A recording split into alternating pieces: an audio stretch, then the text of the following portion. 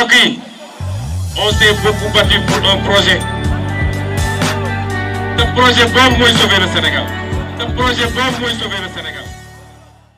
leen ak jàmm ami site internet Talibé Sonko TV li gën a fës ci bopp xabaar yi dañ koy doore kat yi nga xamante ne kii di docteur Mamadou Cissé daal di nag koy yëkkati moom nag la mu daal di xam ne ñetti at a ngi nii kii di Ousmane Sonko nag ni ñaa ngi wéy rek di ko xeex ci plateau télévision yeeg ci réseaux sociaux yi saaga nañ ko te ñi ci gën a doy waar sax mooy benn bokk yaakaar gi nga xamante ne rek ma ngi koy insulté bu baax ci mbedd mi waaye mbir mu nu mel réussir ci benn yoon ndax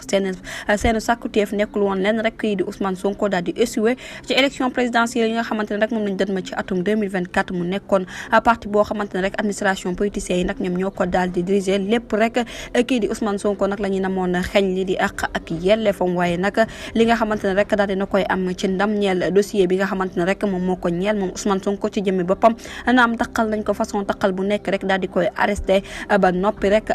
daal di koy arrêté ba noppi am ay assassinat yoo xamante ne rek daal dinay am ci yooyu les manifestations de façon injustice ba tey rek la ñu daal di xam ne histoire nag ci jëmmi boppam joxati na ko dëgg ndax am na dëgg ci kanamu tribunal bu Ziguinchor ci ñaari tribunal yëpp bu ci mel ni Ziguinchor ak Dakar depuis nag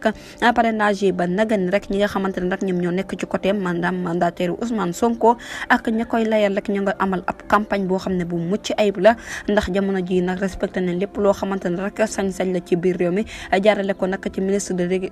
de l'intérieur même bu fekkee na sax ak organisme yi mu àndal nag taxawul benn yoon rek ngir joxe defee décision bi nga xamante ne moom moo tukkee la ci grand tribunal yooyu yëpp kii di Ousmane Sonko nag ba nega ni rek ma ngay ànd ak dal gu ma sëkk kon nag jot na rek ñu daal di saytuwaat candidature Ousmane Sonko ba noppi rek examiner ko càmbar ko ci kanam conseil constitutionnel mi nga xamante ne rek def na boobulee constat waaye état ci jëmmi boppam nag jamono ji jaay doole dëgg rek lay def ak affaire banditisme waral rek ba naga ni validé gul lii di candidature Ousmane Sonko comme na ko tribunal yi sàkku woon foofa ca Dakar ak ca Ziguinchor ba tey rek ki nga xamante ne moom mooy directeur Mamadou Cissé la mu daal di xam ne waa rek bu fekkee ne nag patriote ci seen jëmi bopp bëgg nañu xeex bi rek faw ñu continuer liggéey bi ci biir terrain bi moo xam militant bu ci nekk rek def li la war bu boobaa nag ñu ñaax ni ñëpp ñu daal di jëli seen carte électeur fas yéene fal kii di Ousmane Sonko ni ki février 2024 ngir mu mën a bokk ci jongante présidentielle yi dina ci atuma 2024 jërë ngeen jëf ci teewlu bi bu leen fàttee abonné bës cloche de notification ngir amaat yeneen info. mbokk yi